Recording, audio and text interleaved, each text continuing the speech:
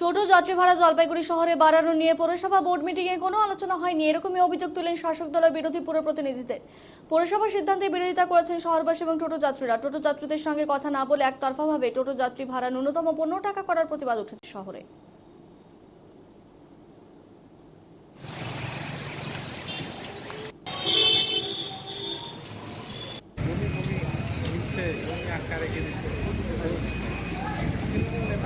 দেখুন, টোটো সমস্যা এবং টোটো ভাড়া নিয়ে যে জটিলতা সৃষ্টি হয়েছে সেই সম্পর্কে আমাদেরও কিছু সাজেশন ছিল, যেগুলো আমরা মান্থলি মিটিংয়ে দেব বলে স্থির করেছিলাম। কিন্তু গত জুলাই মাসের 31 তারিখে মান্থলি মিটিং হয়, সেখানে আমি টোটোর সমস্যা তুলি, কিন্তু সেখানে বিস্তারিত আলোচনা হয় না এই নিয়ে। অথচ তার ঠিক 5 থেকে 6 দিন পর আমরা 6 থেকে 7ই আগস্ট আমরা দেখি মাননীয় চেয়ারম্যান টোটো ভাড়া বৃদ্ধি করলেন।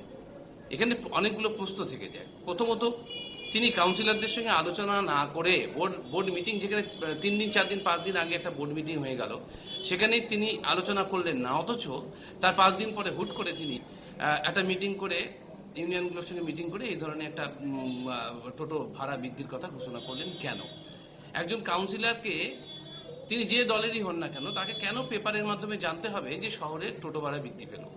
দ্বিতীয়ত, আমরাও তো যারা টোটো চালায় সেই টোটো ভাইদের জন্য এবং যারা শহরবাসী, তাদের উভয়ের পক্ষ যাতে রক্ষিত হয়, উভয় যাতে ভালো থাকে, তা নিয়ে আমাদেরও তো কিছু সাজেশন থাকতে পারে। দেখুন, এই টোটো ভাড়া নিয়ে একটা বিভ্রান্তি তৈরি হয়েছে।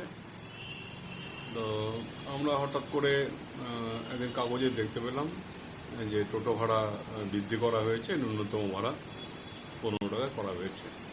তারপরে কিলোমিটার ওয়াইজ সে ভাড়াটাকে 5 টাকা করে বৃদ্ধি করা হয়েছে। তো টোটো ভাড়া বৃদ্ধি করা যেতে পারে, বা যদি প্রয়োজন হয় সেক্ষেত্রে নিশ্চয়ই সেটা সরকারকে, স্থানীয় সরকারকে দেখা উচিত। কিন্তু